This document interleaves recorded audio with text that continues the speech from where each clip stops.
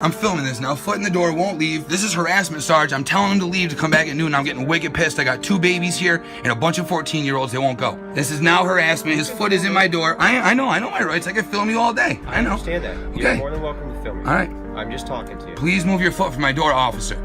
Please, you have no right to that. This is now harassment. You have no, your sergeant just told me you have no reason to be here. She's not here. I said she's not. You don't have a reason to have your foot in my door. You can sit outside my house all day. There's an arrest warrant written for this house for her. I understand that. People confirm not a violent warrant, not a felony warrant. Okay, so you have no right to be here till you find her. So please, get your foot out of my door. Can I just ask you one question? No, you can't. Please, I'm getting pissed now. Get your foot out of my door. Is there a reason why we can't come inside? Because I said no. I don't need I don't need cops walking around my house when I have children here. Okay. What's the issue with the children being Look, here? I don't need, why do I have to explain to my 6-year-old why there's fucking cops walking through our house? No, please, get your foot out of my door. I'd like to Welcome back, everybody. As many of you guys know, I'm a law enforcement trainer instructor. I train and instruct the military and law enforcement all over the country on various law enforcement disciplines to include constitutional law, case law, patrol tactics, investigations, use of force, firearms, etc. And in this video, we clearly see that there's a police officer who is there because he wants to check on either the well-being for somebody or he's looking for somebody that he wants to arrest. I think maybe it's a combination of both, mainly trying to make an arrest. And he has his foot in the door. Now, I will tell you, this is something personally, and I'm going to can only speak for myself. I've never understood this. I haven't understood it. So let's just look at the case law, right? Because again, that's what really matters here. So if we take a look at the case law real quick when it comes to warrants, because that's kind of what the title of this is about. As a police officer, if you know your case law, what you are able to do would really shock you. So you may not know this. So there's 8 exceptions to the written warrant requirement. I'm not going to read them all out to you. I'm not going to go into a long conversation on the various doctrines. Please pause it, screenshot it, look them up yourself, man. I'm just here to present you the facts. I'm just here to present you with the receipts, so to speak. But there are many ways around a written warrant.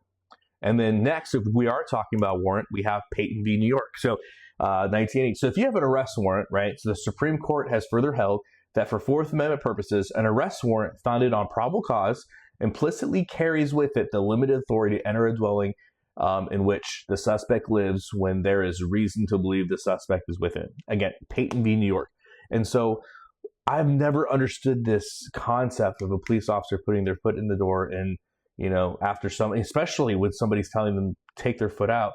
I don't get it. I don't. And I'm somebody that I go into people's homes without their permission all the time. I'm an ICAC task force sergeant, Internet Crimes Against Children. When I go to your house, it's because I have a warrant, and more likely than not, I am taking everything that is electronic out of your house. Your game systems, your computers, your iPads, your phones. If it's electronic, I'm taking it with me. I'm taking it with me, and there's nothing that you can do about it. I'm taking it with me. I serve search warrants on various things. My last search warrant was a couple days ago on a school district. Right. And so, warrants are kind of, for some reason in law enforcement, they're seen as this mythical thing. And I know I have a bias because as being a task force sergeant, that my job is to, do these higher level investigations, but they're not hard. They're not difficult. And so I don't understand why an officer would put themselves purposefully in this situation to get sued. It's either you have a reason to be there, whether that is the exigency, and go take care of business, and I know this is going to sound, again, I know a lot of people are not going to like this. Personally, I just don't care. My job is to provide you the reality.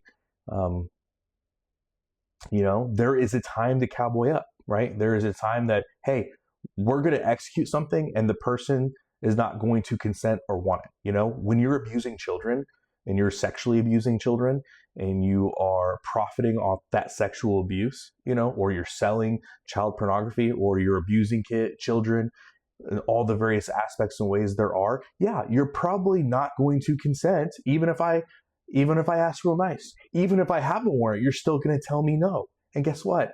I don't care. You know what I mean? So law enforcement, by and large, I just think they need to do a better job and they need to have more academic prowess at their job. You know, if you have a warrant, great. If you don't, go get one. It's not difficult. And again, there are many exceptions. There are many exemptions to the warrant requirement. So again, it's about articulating, it's about academic prowess. But what this guy's doing is just, it's the worst of all worlds. He clearly doesn't have the confidence in himself. He clearly doesn't know the case law. He clearly doesn't know what he can or can't do. And it's just making him look like a big goof. You know what I mean? And so that's unfortunate. And that's why I think training is important. Again, I can't say it enough. I wish officers got case law and constitutional law training at the academy. I wish this was something that they followed up on. I wish continuing education hours would go to constitutional law and case law. For now, that's just a pipe dream. So that's what I have for you guys. Tell me what you think. I know some of you are upset with what I had to have to say. If you disagree with me, you think I'm wrong, please tell me why in the comment section below. That's where we talk. That's where we flesh this stuff out. If you agree with me, let me know in the comment section below. If you guys like this content, please like, share, subscribe. As always, guys, long live the Republic.